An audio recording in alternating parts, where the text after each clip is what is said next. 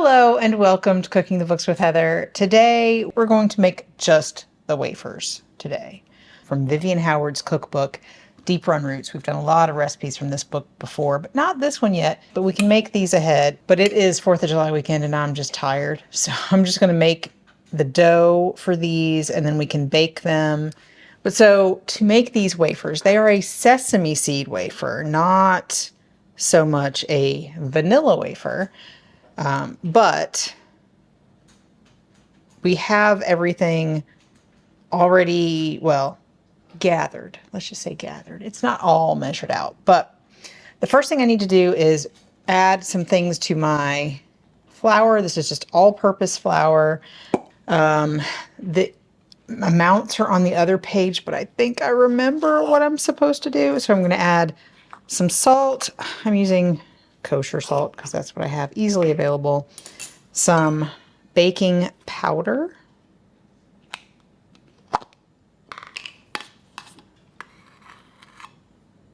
There we go. I think that's it. Oh, and our sesame seeds. So we're going to add our toasted sesame seeds. So it's cool now. So I put my sesame seeds, and you can see there are an awful lot of them in this pan, dry, medium heat, until they got a little toasty and hopefully not burned. So you need to stir them a lot, swish them around. So I'm going to put all of those in here.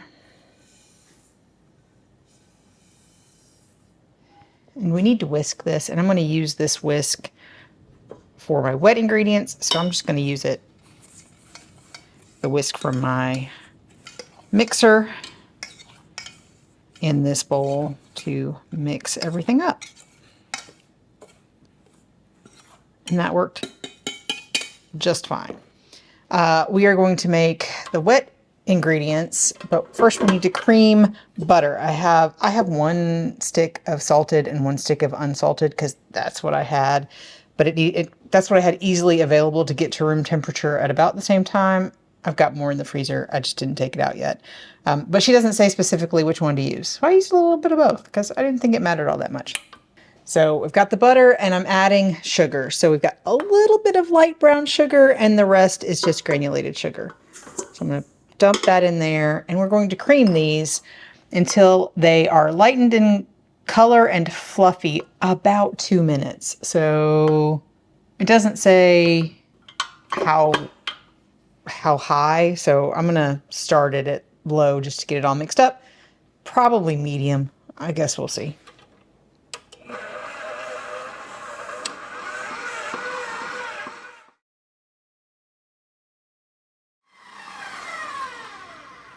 It's been a few minutes. It looks light and fluffy. I did scrape down the bowl once. We're going to add a couple more ingredients, but not the dry ones yet. Going to add an egg. I don't think I got any shell in there. Going to add some vanilla.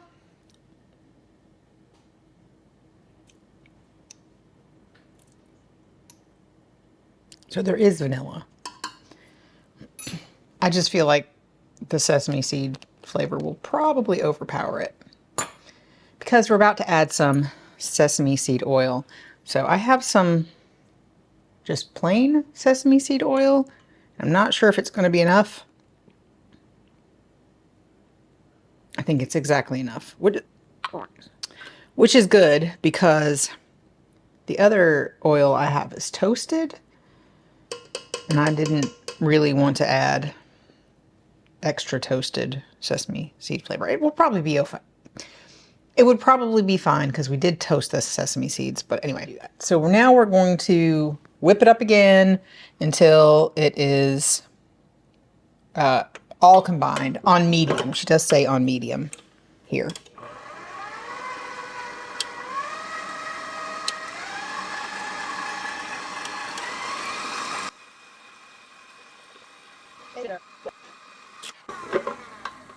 I'm going to just scrape down the sides. My dog's going to go crazy because there's thunder. We're going to call that good. And now We're going to add the dry ingredients and beat until it just forms a dough. I'm a little concerned. On low. Beat it on low. A little concerned that it won't form a good dough, but we're doing what she says.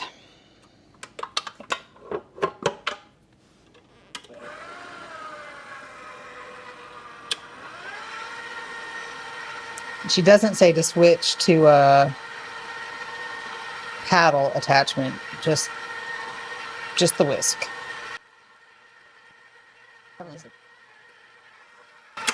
Okay. Gonna scrape down the sides and hopefully get some out of the middle of this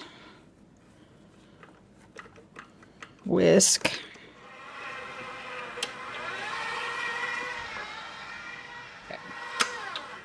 I'm going to call that good and just sort of bring the rest together with my spatula because it's just getting caught up in the whisk at this point. Let me move this.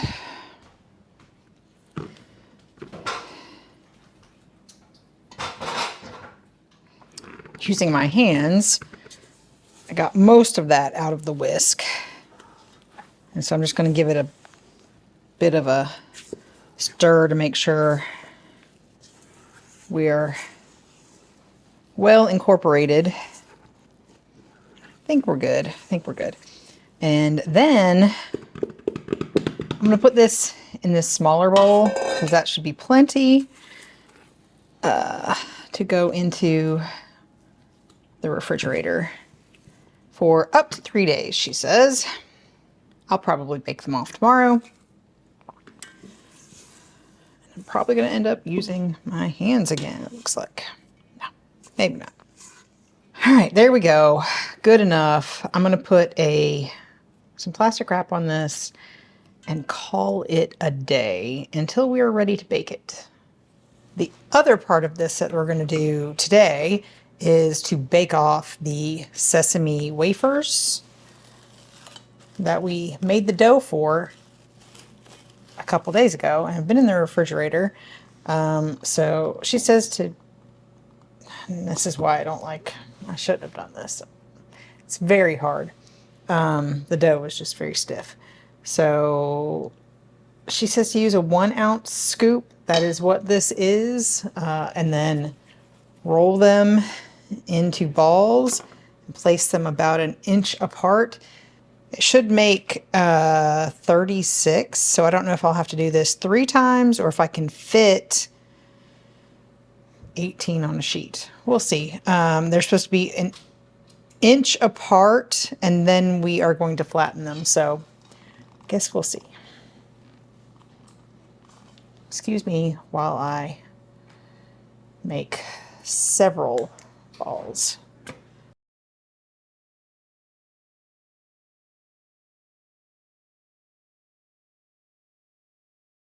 I think I've decided on this sort of staggered pattern to fit 19 on one sheet. So that should work out. All right, so now I'm supposed to flatten them to roughly 1/4 of an inch.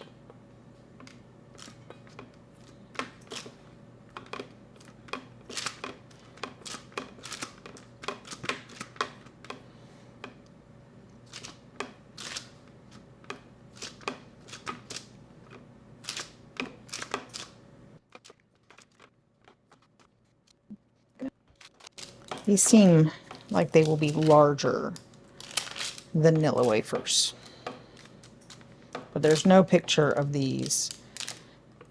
Yes, 18 cookies per sheet. I actually counted them. So she says to do 2 sheets. So hopefully this is going to be okay and they will not run together in the oven. This is how they're going to go in the oven. It is 375 degrees. And she says to bake them for 10 to 15 minutes or until the cookies are caramel brown around the edges. So we are looking for some good brownness around the edges. I'm going to throw these in my other oven and set another timer for those for 10 to 15 minutes. Let's check them at 10. And we'll show you what they look like when they're out of the oven.